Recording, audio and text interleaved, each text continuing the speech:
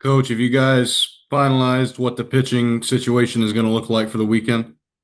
I don't think necessarily for the weekend. We know what we're going to do tomorrow. We're going to start Riley Quick. It's going to go tomorrow against Miami, so we know that right now. We'll kind of play it by ear from there. Depending on who we're playing, what that is, what time it is, a lot of different factors. But we're going to shoot Riley tomorrow. It's going to be ready to rock. Coach, yeah, how much of a chip on on their shoulders do your players have after, not getting that regional hosting spot? Yeah, I mean, we all wanted it. Don't get me wrong. I mean, we were all there was a level of disappointment, frustration, whatever you want to call it. But at the end of the day, like that was in our hands, and I think that's the one thing we have to look ourselves in the mirror and say is, yes, would it have been great to host? You're dang right it would have. I thought we had a resume that was respectable, but so does probably 20 other teams in the country too, and it only 60 of them get to do it. So we take care of business and we do some things differently maybe throughout the year. There's no question about it. We left it to a little bit of doubt and we got kind of left on the outside. So there's been a chip on these shoulders, on these kids' shoulders since February. Like a lot of these, it's what I've talked about a lot, man. It's kids that at some point, man, in their career, you ain't good enough, you're not fast enough, you don't hit hard enough, you don't throw hard enough, whatever it may be. A lot of these guys are second chance dudes and dudes that bet on themselves and went some different routes to school. And so these kids just wake up with a chip on their shoulder. And I think, this is just another thing. You look up at the beginning of the year and we were picked 13th in the league. We were not in any major poll all year. Up until this, probably week 4, something like that. So yeah, I think these kids just live their life with a chip on their shoulder. It's why I love them. It's why I think we got a chance to go make some noise in this tournament. You mentioned Riley's going to start the first game. How important is it, regardless of the starters, that you guys get deep innings from your starters just because it's consecutive games? I mean, you could be playing up to like 5 games, I think, in like 4 days or something like that.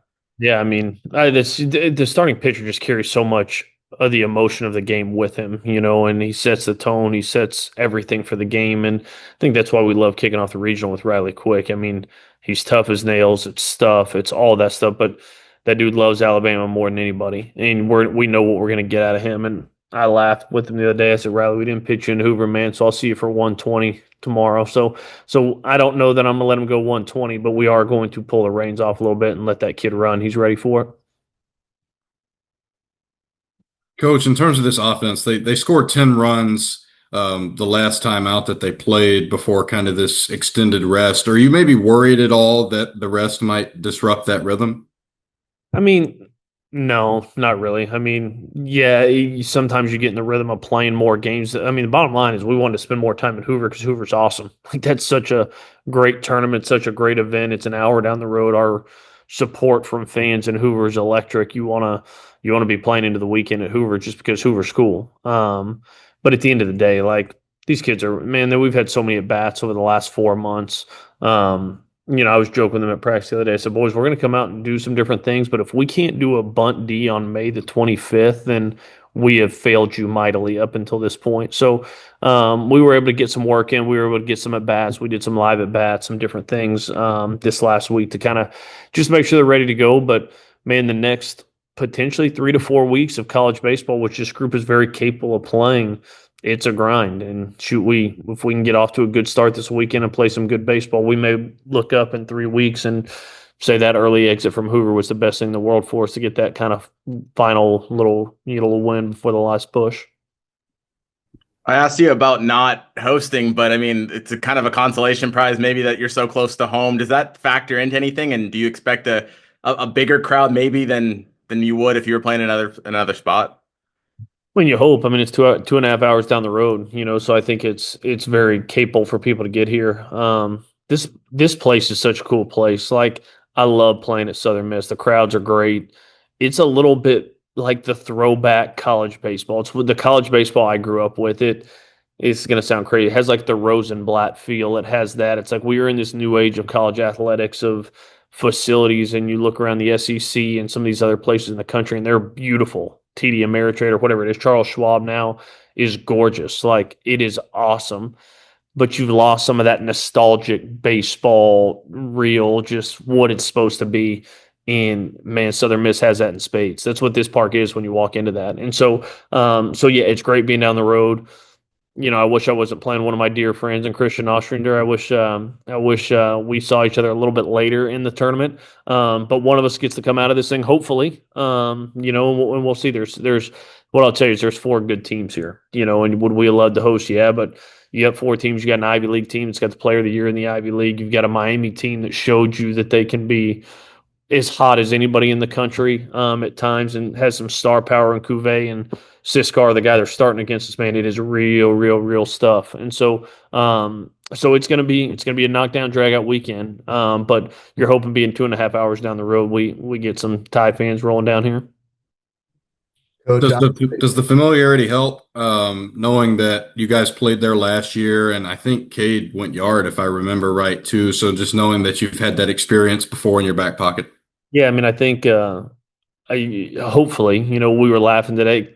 I think they're saving Middleton for game two. I don't think Middleton's going game one. I don't believe. And I was reminding Cade that bullet opposite field pinch hit homer he hit was off JV Middleton. So I would not hate if we can get in that game and let him relive some of those fireworks. But yeah, I mean, it helps, but it's just different. You're playing a team on a Tuesday, you and I both know it's a different feel, it's a different vibe. You're seeing different arms. We're seeing different arms than they have.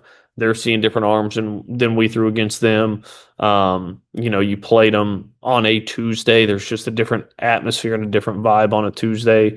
They were coming off this hellacious road trip to Marshall after that. So you're familiar with their team, but it's not like we went and played them in a weekend series. We got them for one game on a Tuesday. So yeah, I mean, is there some familiar? We know their style, we know some of that stuff, but it don't make it any easier to beat them, But before we even get there, we got to deal with a really talented Miami team that is going to give us all we can handle. That starting pitcher, I'm telling you, they had a couple guys they were going to roll out to start, and if I'm being completely honest, this is the guy that I was not wanting them to start, and he hasn't been starting a ton of their Fridays, but it's really good stuff, man. Low slot, sinker, slider, up to 94, feel for a changeup, and it's just real sink. It's a tough matchup. So we're gonna have to have Riley really compete for us and keep us tight and give us a chance to win it late tomorrow.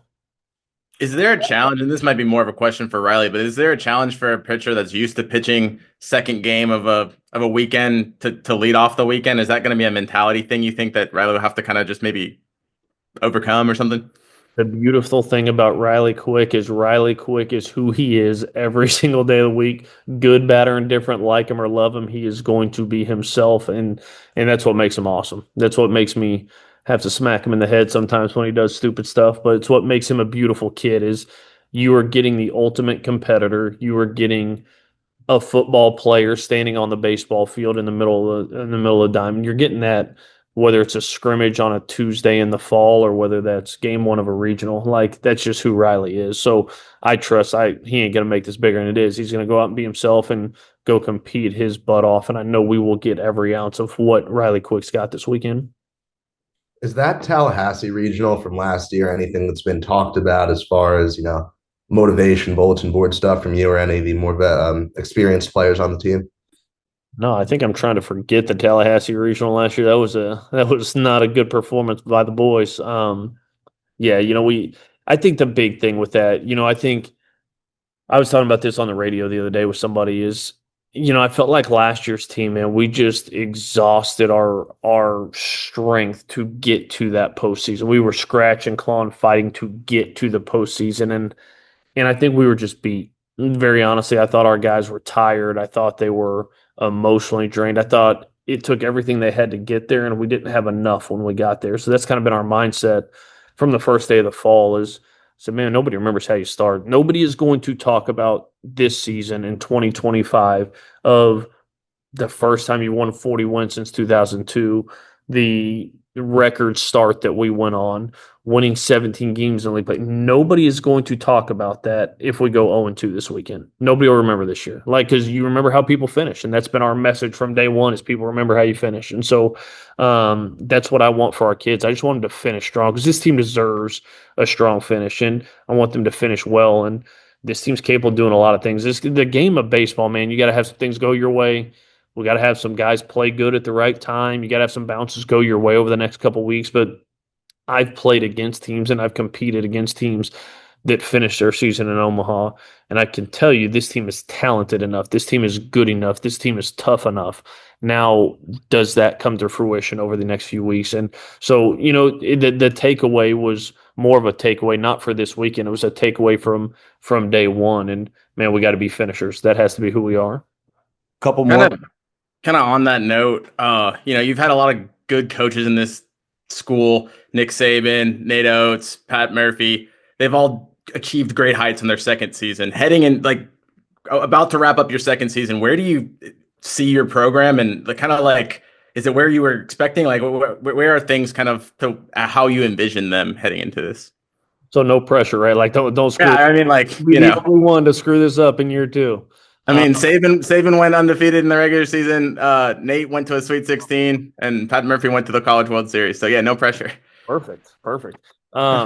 Man, like we set out from the rip when we got here to build something that the community of Tuscaloosa would be proud of, that alumni would look back on, and players that maybe have been disconnected with the program, maybe players that have been lifelong baseball fans, that they could just be proud of, that it's young men that they felt like were good representations of what they wanted the program to be. And man, this is not a finished product. Like this is, but I'm very happy with.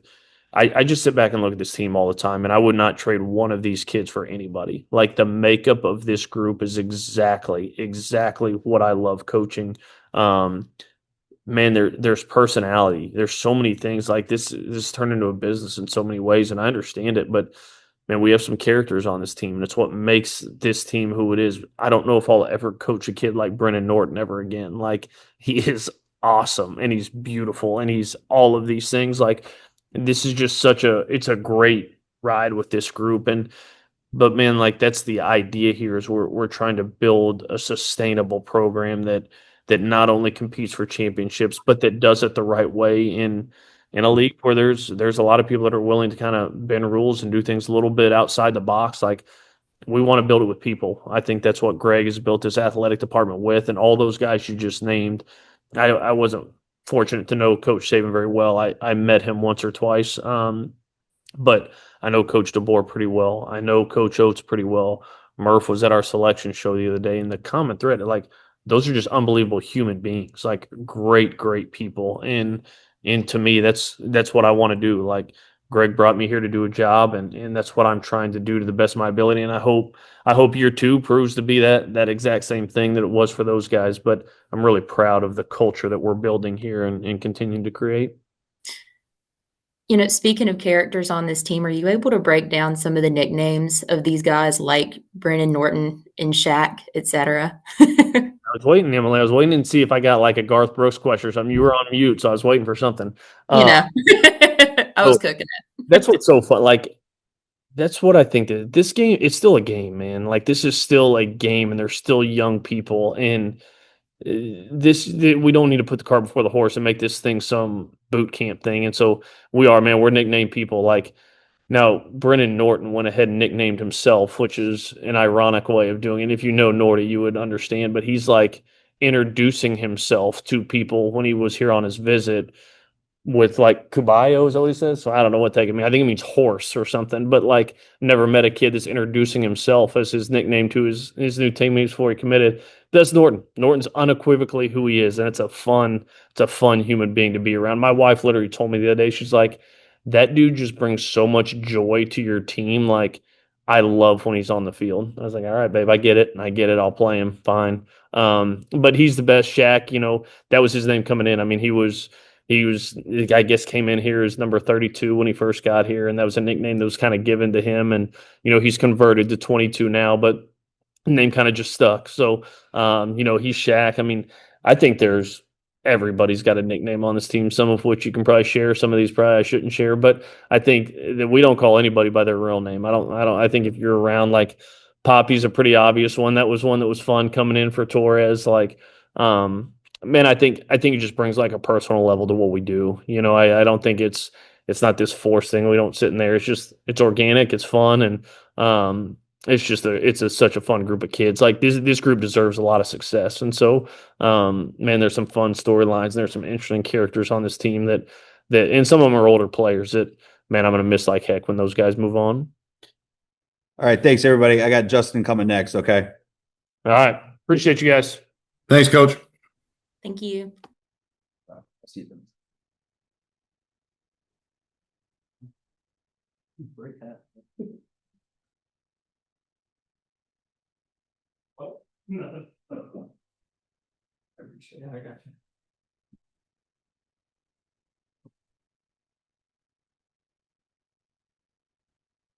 Same with Coach. If you guys just want to start firing away questions, we got about 10 minutes. So thank you.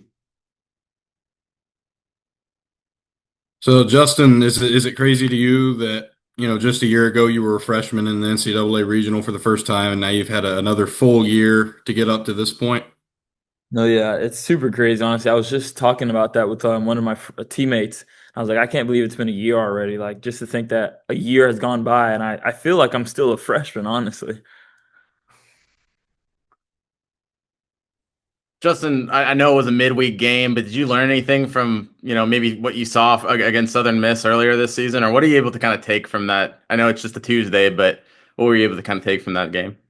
Ooh, that was a long time ago, but the main thing that I really took from it was that they're a good team. Doesn't matter that they're mid-major. Doesn't matter that it was a midweek. At the end of the day, it was a close ball game, and look at where they're at today. It's a good team, good program, and it's gonna be a fun one this weekend.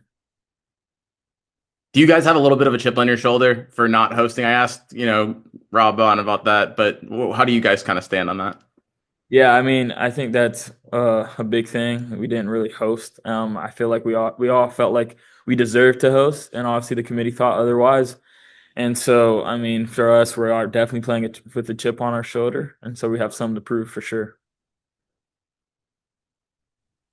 You've got a battle here of two teams with really good infields and players on the infield. Is that element of competition going to be there, whether it's Miami or whether it's Southern Miss? And Miami's obviously got a really good shortstop, like obviously you are, for example, and so does Southern Miss too. Yeah, for sure. The competition is going to be there, and I think that's what makes baseball baseball. The fact that we're all competing, I mean, position wise, we're all going at each other, and that's what makes that's what's going to make each other better. What's the key to starting off a regional or a weekend or anything on the right foot? And how confident are you maybe that you guys will be able to do that? How important is it as well? I think it's really big. You set the tone, you start off on the right foot, and I think that's super important because it kind of allows you just to kind of roll off the momentum into the rest of the weekend, and that you just ride that wave. You talk about still, feeling like a freshman, but you did have that experience playing in the regional last year and obviously did not go the way you guys wanted to. What kind of lessons do you think, you and your teammates kind of learned from that experience that you can take into this weekend? Definitely don't take anyone lightly and don't take anything for granted. I feel like that was kind of one of the things that we struggled on last year, kind of took UCF and Stetson for granted. And also didn't play the best baseball because we thought that we were kind of just going to get by with what we had. And postseason baseball, everyone's good. It doesn't matter if you're a mid-major. It doesn't matter what it is. Everyone's good, and there's a chance they can obviously beat you. Being from Florida, you have a lot of guys from Florida on the team. Has there been any locker room talk about, you guys faced in Miami in that first game? Is there any extra excitement? No, for sure. I mean, there's a lot of excitement, especially since I went out of state. Kind of didn't really stay with any of the schools in state, so I'm excited to play them. Super excited to play some of the teammates I have, or ex-teammates I've had on Miami. So it's gonna be a fun one. Anybody in particular? Daniel Cuvée. Yeah, I played with him ever since I was younger, so it's gonna be a fun one. He's still one of my close friends today, so I'm excited. Awesome. Y'all are probably the two biggest bats or two, statistically biggest bats. Is there some back and forth, maybe friendly argument over who's the best hitter in the regional? Yeah, I'll take that one, but it's gonna be fun. Coach talked earlier about just how much he's going to miss some of these guys who are going to, be moving on after this season. At the end of the day, just how special is it getting, this last opportunity to play with everyone and, one last ride with all these guys who are leaving? It's awesome. I mean, you don't get to play with these type of guys often, especially when we're all this close. And that's kind of big for us here. Like we don't want to leave them with a sour taste in their mouth. We kind of want them to go out there and just compete to the best of their abilities and just fight for what we can. That's control we can control and just keep on moving. Justin, this offense has shown the ability to really be prolific in scoring 10 runs last time out for you guys. Is there any worry, and I asked Coach this, about maybe whether that rest you guys have had would disrupt the rhythm at all? I don't think so. I think that we're just going to go out there and play our normal game and just really just battle. I mean, that's kind of what we've been good at all year. We've just been good at just battling and fighting back. And I think that this is a great time to prove that we can battle and we can fight, even though that we may not have agreed with what the committee showed. So On the same hand, I guess, how much did you guys need that rest, or how rejuvenating maybe is it to get those extra days off? I think it's big. As much as we might have, not might have, definitely would have rather played in the SEC championship and have less days of rest. But it's huge to have all of our guys on pretty much full rest, ready to go, and that way we have everyone available. We don't want any little injuries happening here, so it's kind of the best thing for us right now.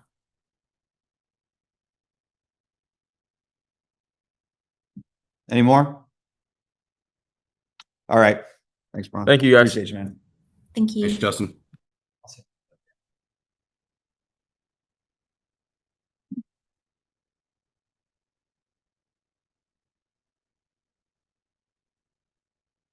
All right. Same deal. We'll give Riley about 10 minutes. You guys can start firing away questions. Riley, Rob joked that he was maybe going to let you loose for 120 pitches. How good are you feeling heading into this regional, and just how strong do you feel after that extra time off? I feel great. I'm really excited to get the ball in game one, and I know everybody behind me is going to be ready, and they're going to be doing their thing. And if I do get to go 120 pitches, that would be really fun too. Throw back to the high school days, but I'm excited. I feel really good. The rest was definitely needed, and I'm ready to go. How much is that excitement level elevated for you after having to miss it last year and getting this opportunity now? It's definitely kind of through the roof for sure. My freshman year, I didn't really get to play in like the regional or the super regional much. Like, it's kind of just like a fan, like a cheerleader for my boys. And then last year, obviously, I missed, but this year I'll have a big role in it, and it's definitely exciting. Is there a change in mentality maybe from going to being the Saturday starter to now you're kicking off a weekend, and how do you kind of approach that? No, it's all kind of the same, honestly. Like you just go out there and try to get your three guys out, and then come back in the dugout and do it again the next inning. So, I mean, the mindset or the mentality doesn't really change. It's just go do what I do and do my thing, no matter the day, really. I know this might be the farthest thing from your mind right now, but you are a projected first rounder in the upcoming draft. This is going to be a big showcase to show yourself against a lot of really good batters. Has that maybe snuck into your thought process? And then what do you feel about it with the opportunity this presents? No, not really. Like, I kind of don't really focus on that stuff at all during the season. Just kind of let my advisor deal with it, and I just focus on the boys and what's best for us. And that's just me having my full attention on them and the team, and that's what we've been doing. But it's definitely exciting going against a good lineup like this, and it's a good chance to showcase what all I have for sure. Have you gone to Jason Torres for maybe any advice on what these bats are going to bring, or is that a discussion you two have had, or how have you gone about preparing for this? Yeah. We've had some talks for sure. We'll keep it between us, but we've definitely talked about some things. You talk about, all your focus being on this season. Rob and Justin have both talked about just how special they think this group is. What's the most exciting part about getting, this last ride? Yeah, this group is definitely special. Every day I look forward to showing up to the park and playing with these guys, and never take a day for granted. And I really don't know what I'm gonna do when the season's over. But it's kind of like just us, like just playing for the next game at this point, because everything's almost over. So we're just playing for each other, and like that's the best thing that you can do. So like I'm playing for Kate Snell because I know this is his last ever game. You know what I mean? Like something like that.